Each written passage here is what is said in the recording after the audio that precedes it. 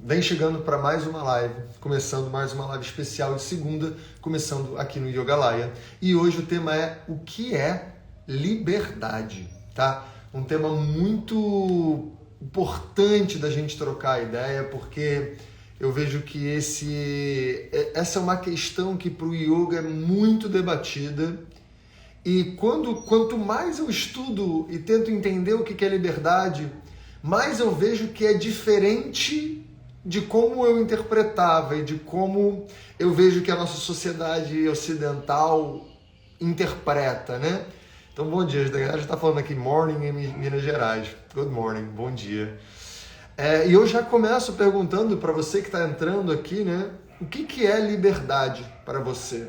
Como que você poderia descrever o que é liberdade, tá? Porque quando eu vim debatendo internamente, né? Quando eu vim devaneando a respeito de o que é liberdade, eu fiquei tentando entender o que para mim era liberdade e como eu tenho questionado isso a partir dos ensinamentos do yoga, né? Então,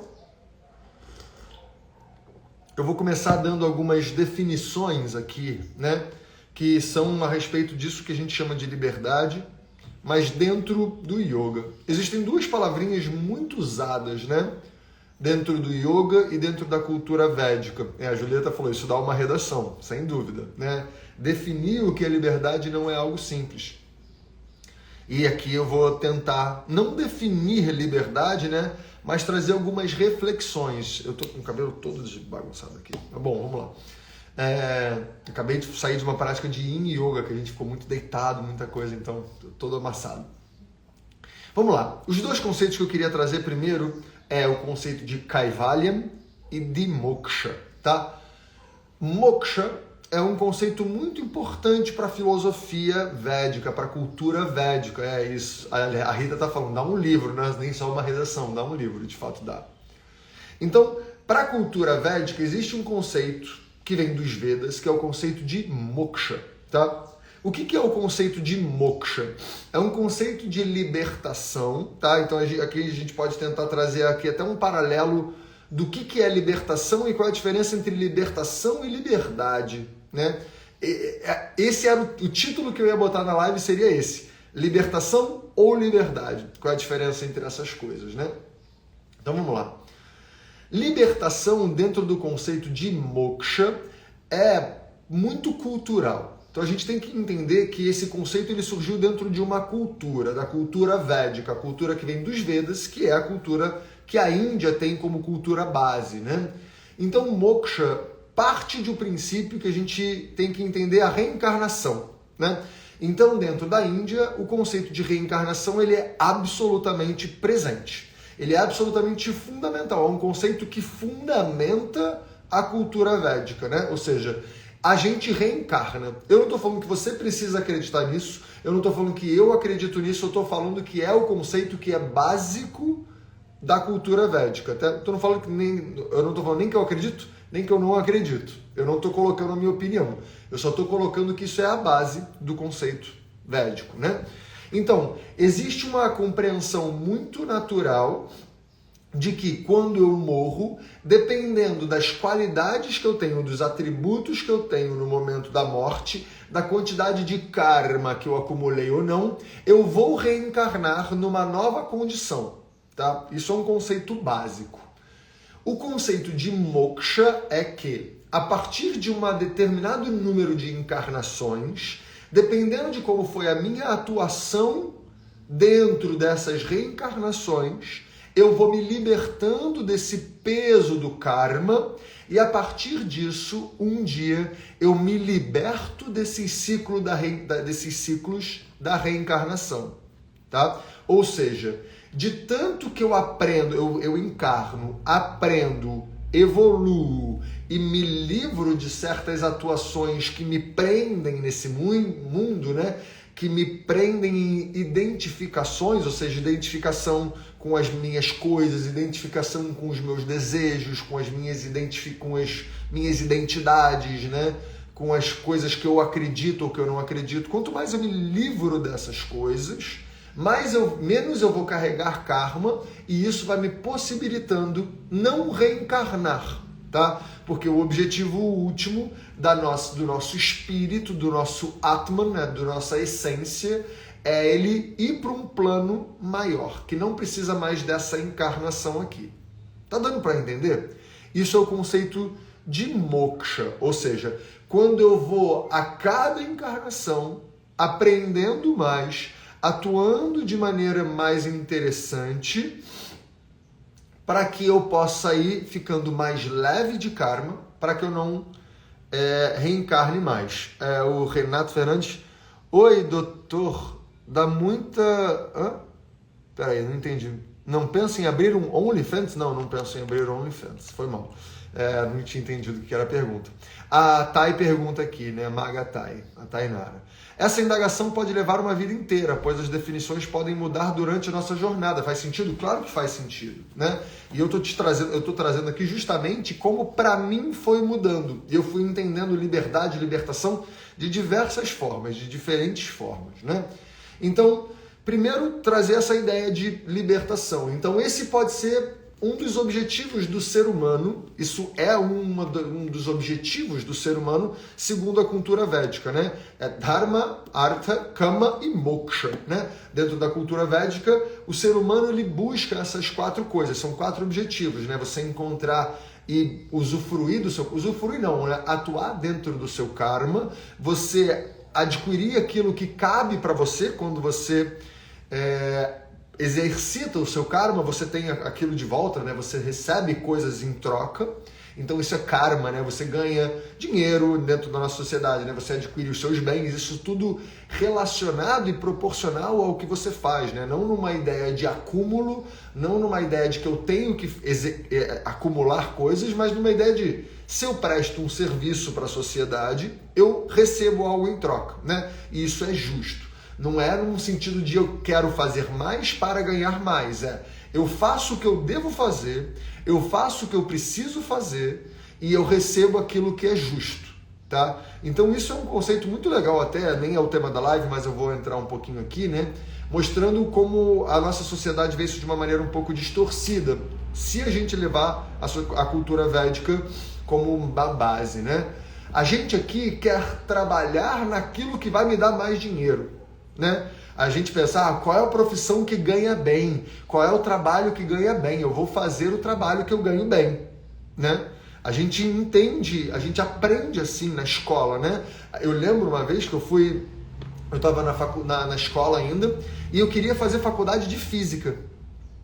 E aí o meu pai e a minha mãe são engenheiros, né? E eu lembro que o meu coordenador da escola me chamou um dia, ele falou, Caio, eu não sei se o ideal para você é fazer física, porque se você for fazer física, pode ser que você acabe virando professor. Olha isso, olha que louco. Um professor, porque ele sabia, né, e ainda sabe, que a profissão de professor é uma profissão dura, né? Ou seja, não ganha muito bem, tem muitas dificuldades. Ele virou para mim, eu acho que no intuito de cuidado, né? Ele falou, Caio, cuidado, porque se você fizer física, a chance de você virar professor é gigante. Eu sou professor hoje, né? Como meu pai era engenheiro na época, minha mãe era engenheira, ele falou, por que você não faz engenharia? Porque você vai ganhar melhor, né? Ou seja, qual era o objetivo ali? Não era exercitar o meu dharma, não era eu exercitar aquilo que era a minha missão de vida, era o que eu vou fazer para ganhar mais. Isso é uma visão muito distorcida de como a gente entende dentro da cultura védica o conceito de dharma e de artha, né? Ou seja, dharma é eu entender profundamente o que eu devo fazer, o que brota de mim de uma maneira muito natural. E aí eu recebo aquilo que é coerente. Eu recebo aquilo que é justo, proporcional àquilo que eu entrego, né? Infelizmente, na nossa cultura, na cultura ocidental, realmente valoriza-se muito pouco o professor, né? E eu entendo esse professor. Hoje em dia, eu como professor, eu entendo esse professor. E eu falo isso em curso de formação, né? Também. Por exemplo, pessoas que às vezes estão muito apaixonadas pelo yoga, né? Achando que elas vão fazer uma transição de carreira e que a profissão de yoga vai nutrir elas profundamente também no sentido financeiro. Eu digo, olha, cuidado, ser professor não é fácil, né? Mas eu não estou nem no sentido de encorajar e nem de desencorajar, eu estou tentando mostrar só qual é a realidade. Mas aqui a gente inverte esse valor e a gente, ao invés de exercer o Dharma, a gente quer exercer alguma coisa que me dê dinheiro. Isso no futuro, isso traz uma falta, tá? Mas só foi um parêntese. Então, depois que eu exercitei o Dharma, eu recebi aquilo que é justo, para mim vem a fase de Kama, né? A fase do desfrute, que é a fase em que eu já consegui me estabelecer enquanto adulto, eu tenho a minha família bem estabelecida, eu tenho minha casa, eu tenho a possibilidade de usufruir de uma vida, e aí eu desfruto dessa vida, né? Então a fase dos prazeres, né? Dos prazeres no sentido de eu posso desfrutar daquilo que eu conquistei. E por último, a fase de moksha, ou seja, aí eu vou tentar me libertar de tudo isso, eu vou tentar deixar isso tudo para trás, para que eu não esteja carregando nenhuma carga, para quando eu desencarnar sem nenhum karma acumulado, para que eu possa me libertar do ciclo das reencarnações. Tá claro isso? Tá? Porque isso é um conceito de libertação, não estou falando de liberdade, um conceito de libertação que é muito presente na cultura védica e que eu sei que gera confusão quando a gente está falando de liberdade dentro do yoga. Tá? Então a gente falou de moksha. E agora eu quero falar de kaivalyam. Kaivalyam é outra palavrinha muito falada e importante para a cultura do yoga, que é a libertação em vida. Libertação de quê? Né? Porque a gente viu que moksha é a libertação do peso do karma que me prende nessa vida e por causa desse peso que o excesso de karma está em mim, eu volto, eu reencarno. Aqui, Kaivalyam é o conceito de eu me libertar dos meus condicionamentos. Então aqui, para mim, esse conceito de Kaivalyam, ele é muito mais próximo disso que a gente chama de liberdade, né? Que é, quando que eu estou livre? Né? O que é de fato eu estar livre? E aqui que eu quero que a gente converse e debata bastante. Bom, existe uma ideia que hoje em dia eu vejo como muito equivocada, mas que durante muito tempo eu acreditei nela. Então, por exemplo, Tainara, né? Olha como eu mesmo já mudei isso, né? Teve uma época na minha vida que eu achava que liberdade é eu fazer o que eu tô afim. Quem aqui acha isso? Né? Bota aqui nos comentários. Você se sente livre quando você faz o que você tá afim?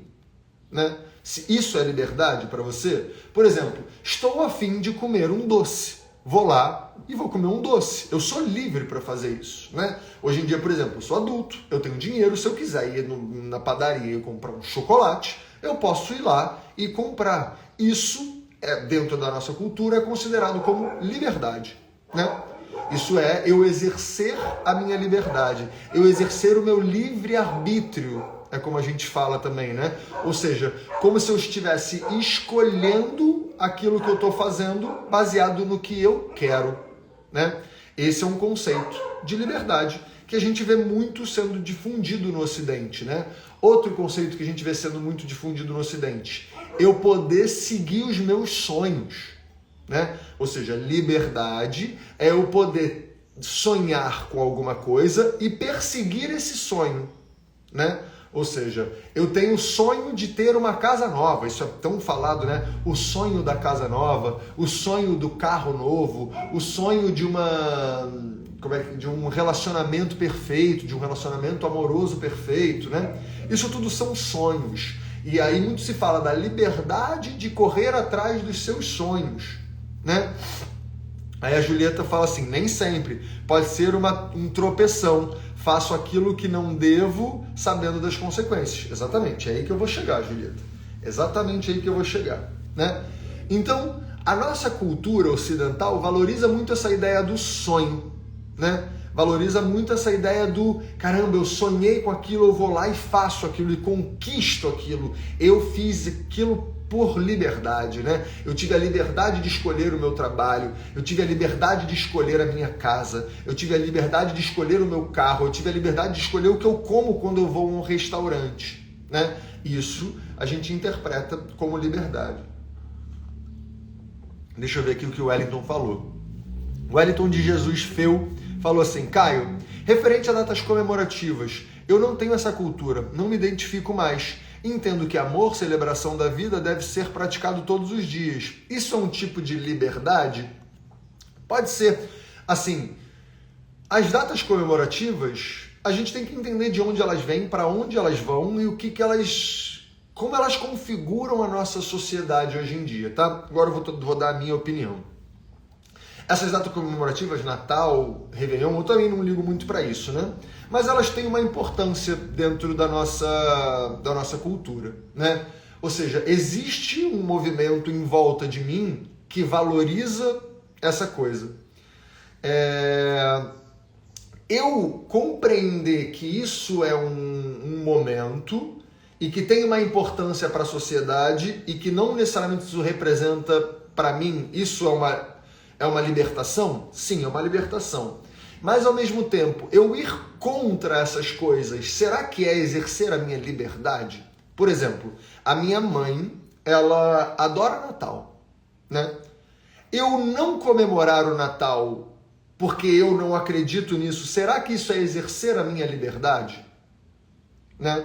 Eu não estou dando a resposta, eu estou te trazendo uma reflexão junto, né? Como é que eu interpreto isso? Isso já começando a caminhar aqui no sentido do que eu vou trazer, né? Segundo Patanjali, né? Kaivalya é quando a gente se liberta dos condicionamentos, né? Ou seja, de certos hábitos que a gente vem enraizando em nós. Então, sim, se de fato sempre eu acho que 25 de dezembro é o dia que eu ganho presente, é o dia que eu encontro minha mãe e tal, e eu fico contando com isso, isso vira um hábito, né? E a libertação, Kaivalya, né? Ou seja, é quando eu consigo atuar sem que seja esse samskara, esse condicionamento que me guia, né? Ou seja, ao invés de eu, talvez, já todo Natal eu faço as mesmas coisas, é eu tentar entender, hoje, nesse Natal, por exemplo, agora, que está chegando, o que é o melhor que eu posso fazer? E aí que vem uma camada ainda mais profunda, né? Do que é essa ideia de liberdade. Melhor é o quê? Melhor em relação a quê? Né? Por exemplo, se eu falo, o que é o melhor que eu posso fazer para essa situação? Como é que grande parte da nossa cultura entende? O que é o melhor para mim? Né? O que é o melhor que eu posso fazer que me beneficie? Né? E quando eu busco o que é o melhor que eu faço para mim, quem que manda? Né? Qual é o impulso, qual é esse fogo que vem de mim e que diz o que é o melhor para mim? Normalmente é o meu ego, né? Normalmente o que diz o que é melhor para mim é aquilo que é o que diz o que eu quero, né? Ou seja, eu não quero encontrar, vou dar um exemplo, né? Eu não quero encontrar a minha mãe nesse Natal. E aí eu exercer a minha liberdade seria eu fazer o que eu estou afim, né? É muito assim que a gente entende liberdade. Só que não é necessariamente assim que Patanjali, né, que é um grande sábio, a pessoa ou o grupo de pessoas que escreveu um grande tratado do yoga, né, o Yoga Sutra de Patanjali, Patanjali não traz isso como liberdade. Patanjali traz liberdade... Obrigado. Gatão tá aí, Mateuzinho. Saudade, gatão. Bom, liberdade seria quando eu consigo compreender de fato o que esse momento me pede. Então, vamos dizer, tem uma saúde e liberdade, já avisa Patanjali. Saúde, liberdade, disciplina e liberdade, já avisa Patanjali. Catherine Ribeiro, olha que beleza. Foi mal, muitos amigos aqui, me perdi. Quando eu estou querendo exercer alguma coisa baseado naquilo que eu gosto, naquilo que eu quero, quem está mandando não é o presente, não é esse momento. Porque imagina, se eu já tenho um gosto, se eu já tenho uma tendência, eu seguir uma tendência que já existe em mim, segundo Patanjali, isso não é agir com base em liberdade. Isso é agir preso nos seus condicionamentos, preso nas suas tendências, que a gente pode chamar de samskaras, os condicionamentos, e as tendências, que são alguma coisa que já talvez já nasce com a gente, que vem de antes, né?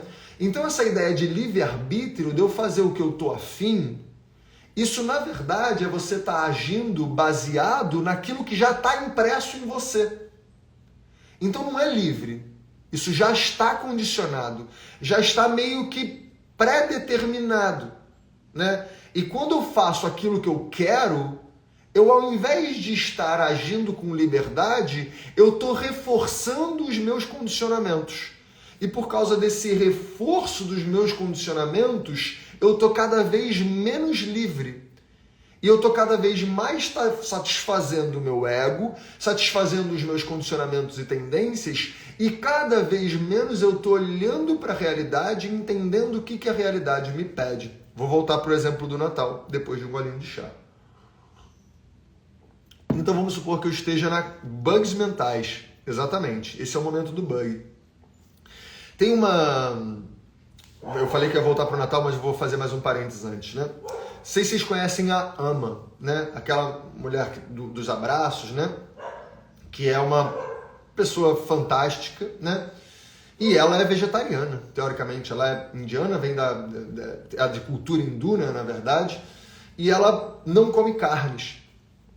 E aí um dia ela estava... Isso é uma história, né? Que eu ouvi do meu professor.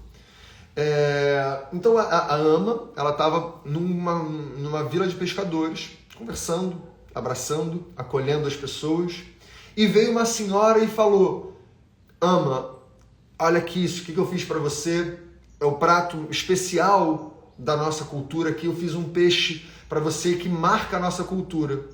E a Ama foi lá, pegou aquele peixe e comeu.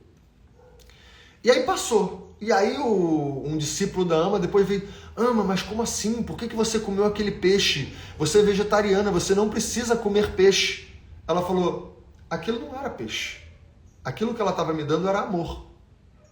E eu reconheci aquele amor naquela hora. E eu comi aquilo, porque eu estava trocando amor com essa pessoa. Se ela chegasse naquele momento e falar: não, eu não como peixe, eu não estou dizendo nada, tá? Não estou falando que se é vegetariano, você tenha que comer peixe no Natal por causa da sua mãe. Não estou falando disso. Eu estou falando, olha, com profundidade o que eu estou falando, né? Naquele momento, ela conseguiu reconhecer de fato aquilo como um ato de amor, né?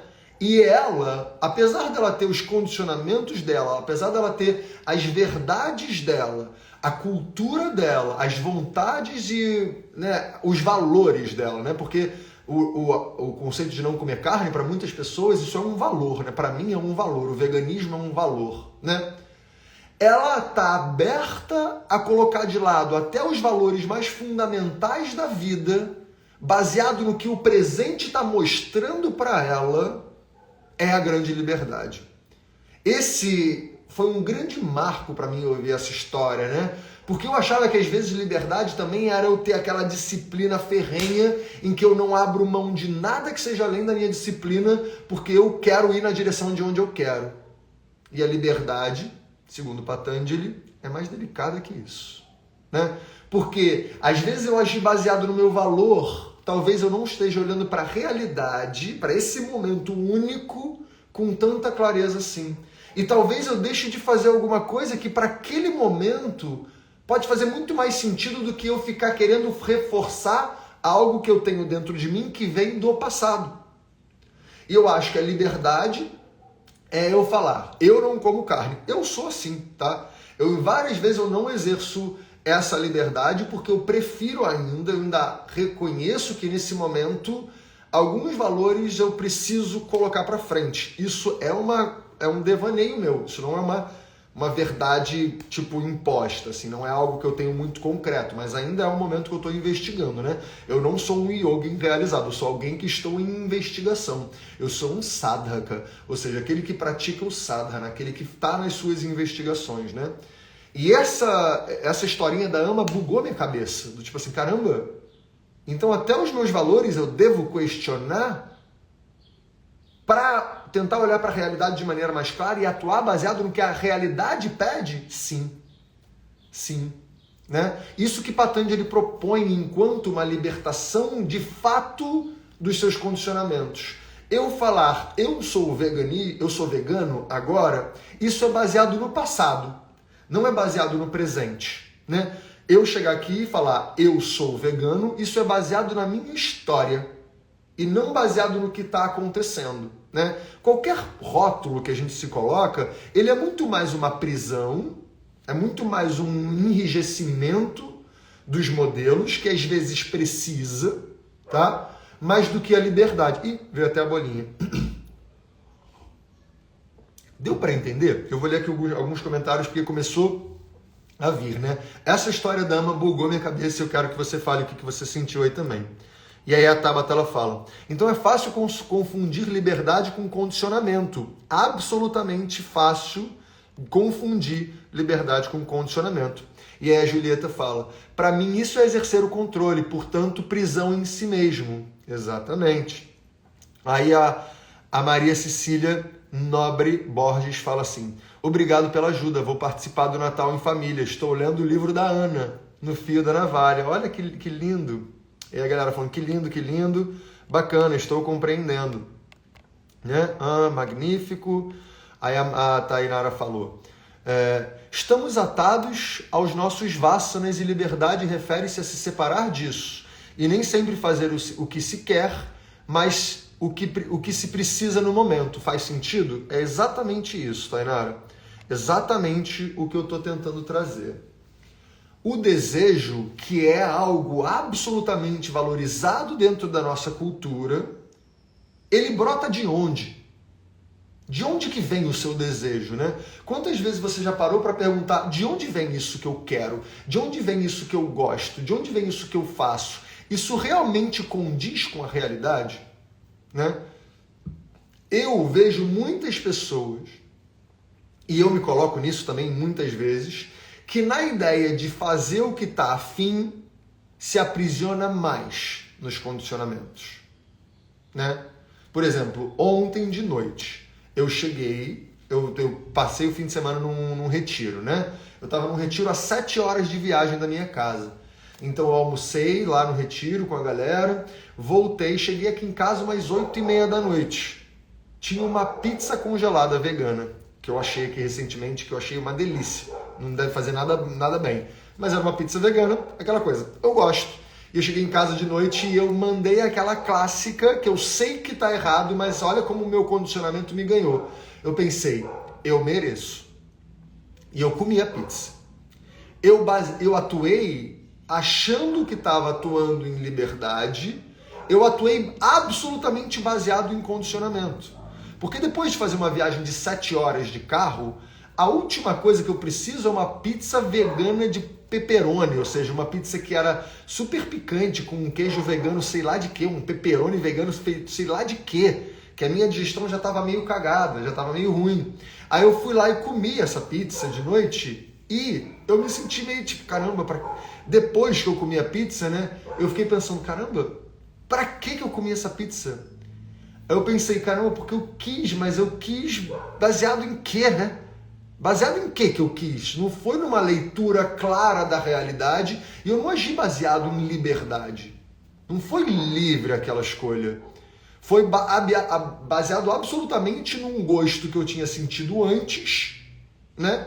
Numa ideia que eu tinha, que nos é imposta, essa ideia do eu mereço, e que eu atuei fazendo um negócio que, na verdade, se eu parasse 10 minutos para refletir, que eu não fiz isso porque eu estava muito cansado, se eu parasse 10 minutos eu ia falar: cara, eu não tô com a digestão legal, comer esse troço que é uma massa cheio de farinha, cheio de glúten, não que o glúten seja um problema, mas farinha processada, né? Com queijo que é feito de sei lá de quê, com pepperoni feito de sei lá de quê, super picante. É óbvio que isso vai me fazer bem antes de dormir. Então eu não fui livre. Eu fui absolutamente condicionado, prisioneiro do desejo, prisioneiro do impulso, né? E eu, quando eu deitei na cama, eu falei: putz, tô carregando aqui um karma. Tô trazendo ali um peso que eu não precisava. Que se eu de fato tivesse atuado baseado nos estudos que eu faço de mim mesmo, mas que às vezes a gente tropeça, né? É muito natural a gente tropeçar, a gente vai tropeçar até o resto da vida, isso está descrito inclusive no Yoga Sutra, né? Se eu não, como eu vou tropeçando, eu estou carregando essas cargas. Então o nosso grande movimento aqui é tentar entender de fato o que precisa ser feito, Então olha como é que é interessante, eu já vou nos comentários, tá? Que eu vi que tem algumas perguntas. A liberdade não é fazer o que eu quero. A grande liberdade,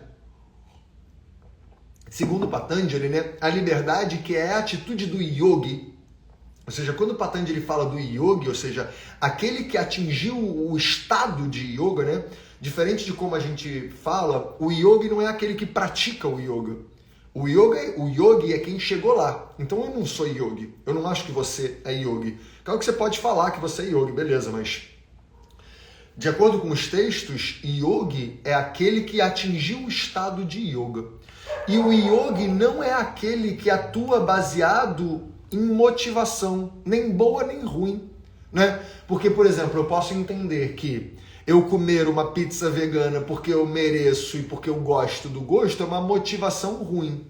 Mas eu também poderia pensar, uma motivação boa então vai ser eu tomar um chazinho. Isso eu poderia considerar uma motivação que é boa, né? Eu vou comer um chazinho e comer um negocinho leve. Isso poderia ser uma motivação boa. Mas peraí, mas como é que o yogi agiria?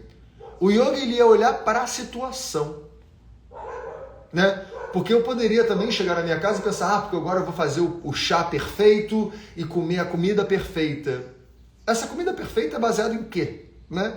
Não é baseado no que eu tenho em casa às vezes, né? O yogi é aquele que olha assim, nessa situação aqui, o que é o melhor que eu posso fazer, não só para mim, mas é o melhor para a situação. Liberdade para o yoga não é quando eu faço o que eu quero e nem quando eu faço o que é melhor para mim. É quando eu exerço o meu dharma, né?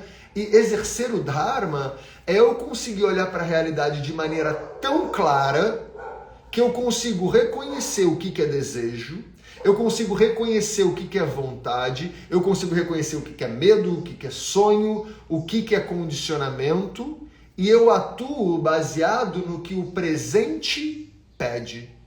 Que quando eu consigo ler a realidade com essa clareza, eu consigo perceber que tem uma ação só. Eu vou repetir, porque isso é a grande sacada. Vou dar uma cutucada aqui e depois eu vou explicar. Liberdade é você fazer a única ação que te cabe. Tem uma ação que cabe você fazer. E liberdade não é você escolher entre todas as possíveis. Liberdade para o yoga é você reconhecer a única ação que te cabe. E você, de fato, conseguir vencer as barreiras que vão estar te puxando para vários lados diferentes para você fazer essa única atuação que te cabe. Qual é essa única atuação que te cabe? Qual é essa grande ação do yogi? É você fazer o melhor que você pode, com as ferramentas que você tem, na condição que você está, com o máximo de clareza que dá. Tá? Ou seja, exercer a sua liberdade é, antes de qualquer coisa, ter clareza, ter discernimento. Né? Eu consegui olhar e falar, isso aqui é só desejo, isso aqui é o que seria até o ideal, mas não é o que cabe.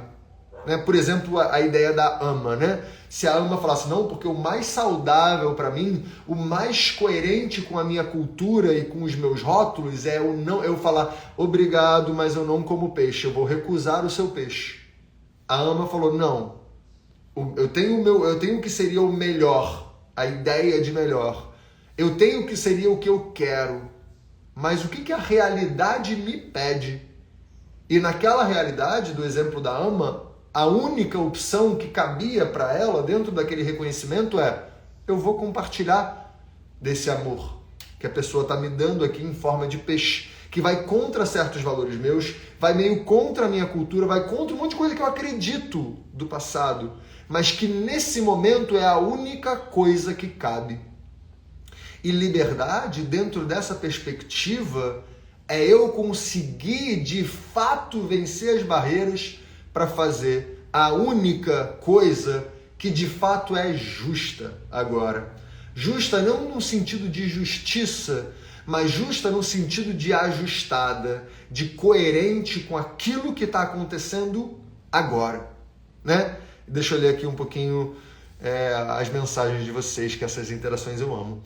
Então a Joana Gabriela falou assim: acho que foi o Sadhguru que disse algo parecido com ser livre é fazer tudo o que tem que ser feito com alegria. Fazer apenas o que se quer é ser um escravo do que se quer. Exatamente isso. Exatamente isso, Joana. E aí vamos lá. Aí a Renata Leite fala assim, ó, RP Leite 02.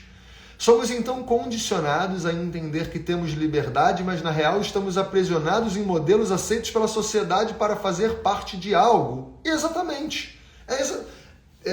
Pensa comigo, Rê. E todo mundo que está aqui nessa live, nessas quase 60 pessoas que estão aqui. Quando a gente está no colégio, tá? Vamos pensar.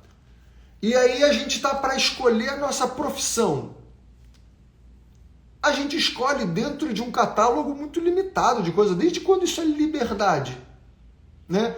Eu vou fazer engenharia ou administração, ou eu vou ser fotógrafo, ou eu vou ser professor de yoga, seja o que quiser, entendeu? Pode ser até uma profissão fora do vestibular. Mas quando você pensa assim, eu vou escolher a minha profissão, será que isso é de fato livre? Será que isso é de fato livre ou você está dentro de uma cultura com um monte de pressão externa, em termos de ganho financeiro, em termos de uma expectativa de felicidade, em termos de uma ideia muito louca sobre o que deve ou o que não deve ser feito, né? E a gente, com um monte de coisa, com um monte de influência externa, a gente escolhe baseado num leque muito pequeno de possibilidades, né? Então, mais do que você, nesse momento, querer ser livre, né? Porque isso o yoga mostra de maneira muito interessante que isso é um processo muito longo. Mais do que querer ser livre é o entender que nesse momento eu não sou. É o entender que nesse momento eu estou sendo absolutamente conduzido e levado pelos meus condicionamentos, pelas influências externas, pelas minhas tendências, né? Ou seja, tem influências externas, tendências e condicionamentos atuando em mim de tal forma que mal livre-arbítrio eu tenho, eu não tenho livre-arbítrio. Porque eu, na verdade, esse arbítrio ele é livre de quê? Né? Porque tem um monte de coisa do qual ele não é livre. O meu arbítrio ele não é livre da minha língua, da língua que eu falo. Por exemplo, ele não é livre da cultura que eu vivo, ele não é livre do lugar que eu vivo. Ele é absolutamente condicionado a todas essas coisas. Então, o quanto de fato a gente exerce liberdade e o quanto de fato a gente olha de maneira muito honesta para perceber isso que eu estou fazendo não está livre. Isso eu estou aprisionado, né? E aí Eliana Kuno ela pergunta assim: como separar liberdade do desejo? Investigando com muita honestidade, né? O conceito de Satya é o conceito mais importante aqui para esse nosso papo, né? É o conceito de honestidade. É o conceito de eu, por exemplo, ontem, depois que eu comi a pizza, eu olhar e falar assim: eu não exerci minha liberdade. Eu exerci meu condicionamento. E olha como é que o meu condicionamento me fez mal, né? Não me fez mal porque hoje eu estou passando mega mal. Não, eu até digeri bem, acordei bem hoje. Mas naquele momento eu tenho que ser honesto comigo mesmo e parar de pensar o eu mereço. E tentar olhar cada vez mais do tipo assim, realmente é isso que cabe? Realmente isso é o melhor que eu posso fazer com as ferramentas que eu tenho na condição que eu estou? Né? E exercer a liberdade é conseguir atuar baseado nisso. Mas a gente já está na capacidade de conseguir atuar nisso? Para mim, não. Para mim, a gente ainda está no ponto de tentar olhar para isso, de tentar reconhecer esses momentos. E às vezes você nem vai conseguir atuar da maneira que você acha que deveria, mas só de você começar a olhar para isso com honestidade e com coerência, né, você vai começar a reconhecer que não é livre, e esse é o primeiro passo, né? A gente fala muito do livre-arbítrio aqui dentro da nossa sociedade. Não, porque eu sou livre, a liberdade de expressão. Calma aí, a gente não é livre. A gente não está livre. A gente não é livre. A gente é absolutamente condicionado. A gente é absolutamente enrijecido e rotulado de um monte de coisa e a gente age baseado nessas coisas. Então, cuidado com a busca de uma liberdade que, na verdade, só reforça esses condicionamentos, só reforça esses estímulos internos e externos. Enquanto liberdade, pela perspectiva do yoga, seria você atuar baseado no que cabe, né? E aí, antes fosse um chazinho com biscoito vegano, exatamente. Mas quem nunca? Sempre cabe avaliar, exatamente. Liberdade é igual a desapego. Eu diria que a liberdade precisa do desapego. Mas o desapego é uma compreensão. A liberdade é a capacidade de atuar dentro dessa compreensão e dessa coerência. Mas sim, a liberdade precisa do desapego, assim como precisa da disciplina. Assim como disciplina no sentido de eu exercer esse movimento de reavaliar constantemente os meus desejos, os meus condicionamentos e tendências. Só assim a gente precisa de uma... Só assim a gente conquista, de fato, uma liberdade. A galera tá aqui, ó. E a Isabela fala assim, a Bela Cósmica. O estado de yoga pode ser impermanente? Exemplo, nesse momento atingi esse estado, mas pode ser que daqui a 2 horas já mudou, ou o estado de yoga é algo constante. Ele certamente é impermanente, tá? Tanto que quando o Patanjali está falando ali desse estado de yoga, ele fala de uma qualidade que eu exerço, mas ele sempre fala, olha, mas você vai tropeçar. Porque tem condicionamentos seus que são muito profundos, né? Então a gente pode em algum momento ter uma atitude com uma qualidade mais yogi, mas eu vou me deparar com condicionamentos porque eu não controlo os gatilhos externos, eu não controlo o conceito dos gunas, né? Para quem já estuda yoga um pouquinho mais, eu sei que a Bela conhece esse conceito, né? Ou seja, tem gunas atuando, tem samskaras atuando, ou seja, influências externas e condicionamentos e tendências atuando em mim o tempo todo. Alguns deles são muito profundos, né? E eu já posso conseguir ter diversas atuações com essa qualidade yogi, mas não necessariamente eu me livrei de todos eles. Então, como a gente fala, né, Hatha Yoga Anushasana, ou seja, o yoga é agora, Hatha é sempre agora, né? O yoga é sempre agora. Então não existe essa coisa do sou yogi agora e vou ser para sempre, porque daqui a pouco é outra coisa, né? Então agora pode ser que eu consiga atuar, mas pode ser que no meu próximo passo, por causa de alguma influência interna ou externa, por causa de algum gatilho interno ou externo, algum condicionamento forte demais acenda e eu atue baseado nele. E aí eu perdi a liberdade. E o que a gente faz? Continue investigando, né? Eu acho que vale a gente tirar um pouco essa ideia de um estado que eu cheguei e agora eu estou estabelecido nisso, né? Dentro do yoga isso não existe. Dentro do yoga o que existe é uma investigação constante, uma busca constante por viveka kyatihi, né? Ou seja, eu tentar olhar para a realidade com um discernimento absolutamente presente, que eu consigo olhar para a realidade e entender o que a realidade me pede, né? Isso é um exercício. Isso não é um estado que se alcança e você se estabelece nele. Isso é um exercício, por isso que a gente chama de sadhana, né? Ou seja, é uma prática que ela é constante. Ela não é um estado que você chegou e agora você está estabelecido e está iluminado, né? Não é à toa que você vê um monte de gente, certamente que já atingiu estados muito interessantes de consciência e de liberdade, e estados de yogi ou de yogini, né? E que fazem um monte de besteira, né? E que, por causa de alguns condicionamentos, por causa de algumas tendências e por causa de influências externas, bagunça, e aí rolam abusos, rolam um monte de coisa, né? Aí, o caminho, tirar os véus, a Julieta fala, exatamente. E aí, Shanti Mandala Bai Chiara, ela fala assim, liberdade é ter clareza e discernimento. É conseguir atuar baseado na clareza e do discernimento, né? Vamos lá, mas estou adorando aqui essas nossas trocas. E aí a Renata fala assim, as escolhas hoje são infinitas e a gente sempre acha que fez a escolha errada e a consciência maltrata muito, gerando uma tristeza e um looping infinito. Boa, Rê. Isso que a Renata está falando é muito interessante e a gente até falou um pouquinho isso esse fim de semana lá no Retiro. Como que a gente olha para as nossas atitudes, né? A gente muitas vezes olha para as nossas atitudes com um chicote na mão, querendo se chicotear, pensando, caramba, eu poderia ter feito melhor. E, na verdade, não poderia, né?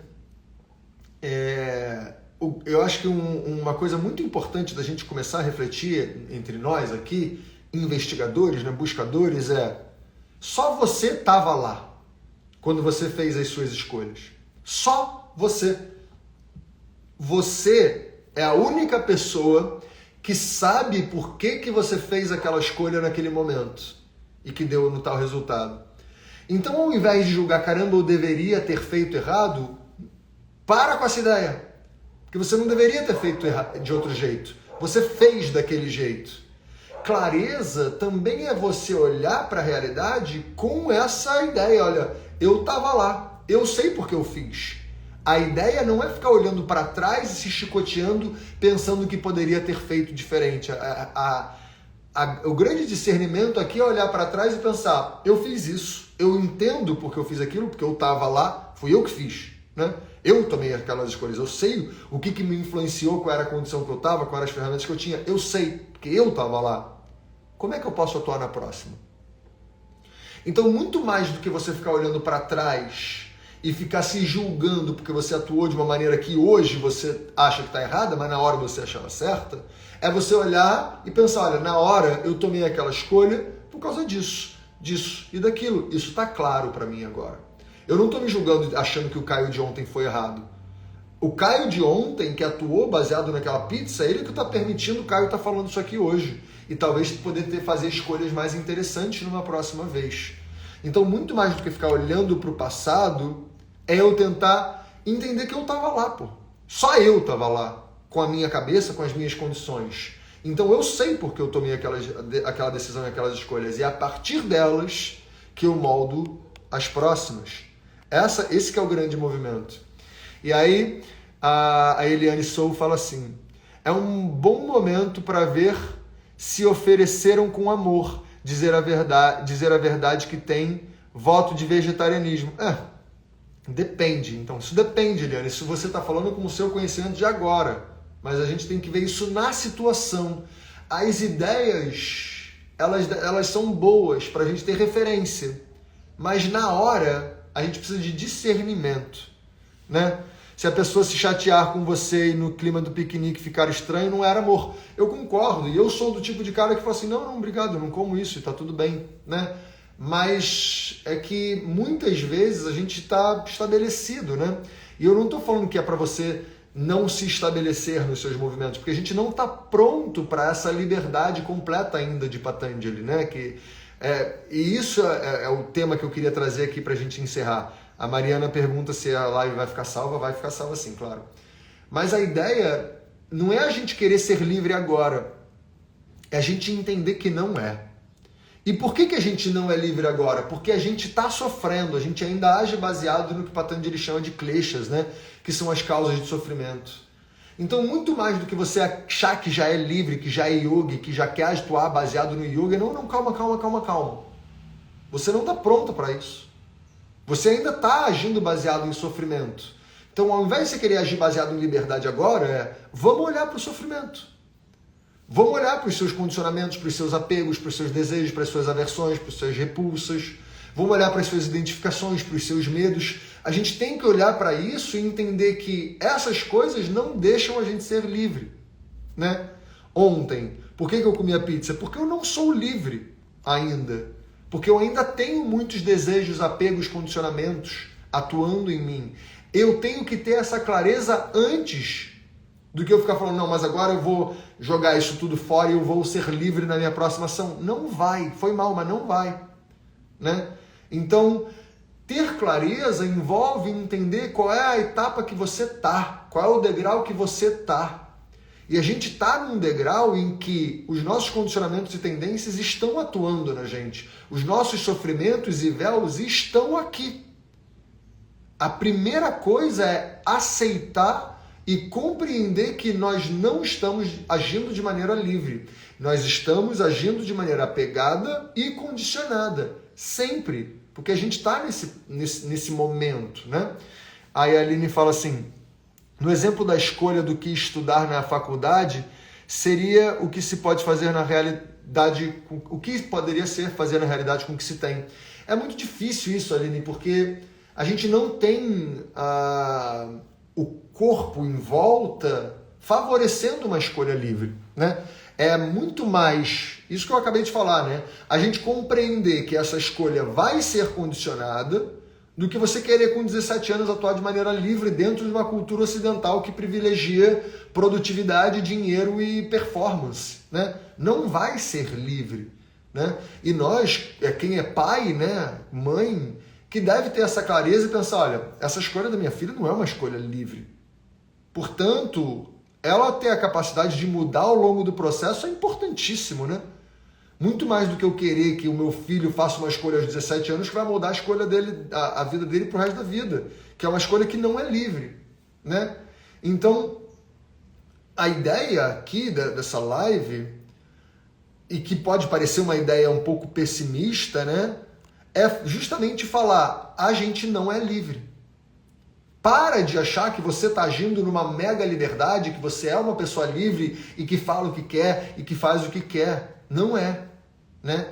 Atuar baseado em liberdade, você realmente está livre dessas coisas que te condicionam e fazem com que você queira alguma coisa. Porque pensa só, por que você quer as coisas que você quer? Porque você nasceu no país que nasceu, porque teve a família que nasceu, um monte de coisa que te enrijece, que te bota dentro de uma caixa e não abre essa caixa, né? Algum livro para indicar? Deixa eu ver. Eu indico o livro do Mateus, Saúde e Liberdade. 4 Pilares da Saúde. Eu nem lembro, o nome é 4 Pilares da Saúde.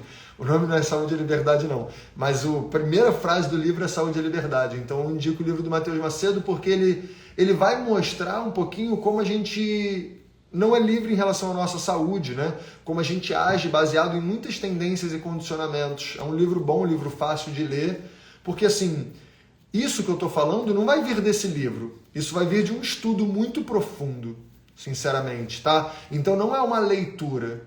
Eu recomendo profundamente o estudo do Yoga Sutra de Patanjali, né? Que é um estudo que eu tenho dentro da minha escola e que eu faço esse estudo em mim também, né? Eu passo aquilo que me foi passado, mas com uma compreensão muito grande que eu não cheguei lá, né? Eu só estou passando a informação, porém a investigação é uma investigação absolutamente profunda e longa, né, que vai demorar o resto da minha vida inteira, e que se um dia eu chegar lá eu estou ótimo, mas o estudo do Yoga Sutra que é o que me permite essas reflexões que eu estou aqui compartilhando com você. Então, mais do que um livro, se for um livro, eu indico o livro do Mateus, porque eu acho que ele é muito bom nesse sentido, né, de mostrar pra gente como a gente está agindo de maneira condicionada. Tá? E eu acho que essa é a primeira realização importante. É você parar de achar que você está livre. É você perceber e reconhecer que você está absolutamente condicionado. Né? E isso que para muitas pessoas parece uma coisa meio caramba, então eu tenho que aceitar que está tudo errado. Não é aceitar que está tudo errado. Entende e aceita a sua condição. É só a partir do entendimento e aceitação da nossa condição atual que a gente de fato consegue atuar. Né? E aí... o Clayton Dionísio fala assim, cara, quando a liberdade é confrontada com um ressentimento reprimido que edifica essa liberdade, o que fazer no campo emocional e afetivo? Ótima pergunta, Clayton. A gente sempre está agindo baseado numa não liberdade, né? Como eu falei. E o que atrapalha ainda mais essa não liberdade é o nosso sofrimento. São coisas que acontecem dentro de nós e fazem a gente sofrer, ou seja, faz o peito fechar, sabe? Faz você ficar moadinho, pequenininho, né? Esse sofrimento, ele coloca véus na nossa frente, pelo menos é assim que a gente interpreta dentro do yoga, né? Então o movimento é sempre você tentar pacificar um pouco. Você ter certas práticas, ter certos movimentos que você sabe que você faz uma prática, eu não estou falando de prática de yoga não, pode ser, por exemplo, sair para caminhar com o seu cachorro, fazer carinho num animal, conversar com um mais velho, conversar com uma pessoa que tem mais experiência que você, né?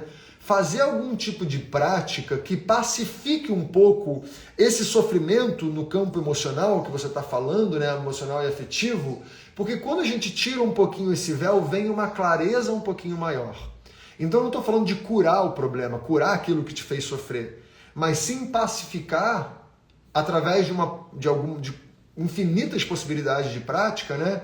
Pode ser às vezes dormir, né? Pode ser conversar com uma pessoa que te faça bem, pode ser chorar, pode ser mergulhar, pode ser tomar um banho, né? Pode ser caminhar, correr, fazer uma prática de yoga, respirar com qualidade, de maneira consciente. Várias coisas vão te pacificar, e a partir dessa pacificação vem uma clareza um pouquinho maior. E essa clareza vai te mostrar, caramba, olha como é que eu não estava agindo baseado em liberdade, e olha como é que eu não estou ainda, né? Como eu ainda estou com muitas cargas e que eu tenho que cuidar dessas cargas, né? E aí a Gibi fala, o daqui a pouco é outra coisa. Isso mesmo. E assim se fecha o ciclo da evolução espiritual. Bom, o ego até alcança, mas a essência sabe que a busca é eterna. Exatamente. O ego muitas vezes vai achar que chegou lá, né? Agora eu estou livre, agora eu estou fazendo as minhas escolhas, né? Mas muitas vezes tem condicionamentos muito mais antigos, né?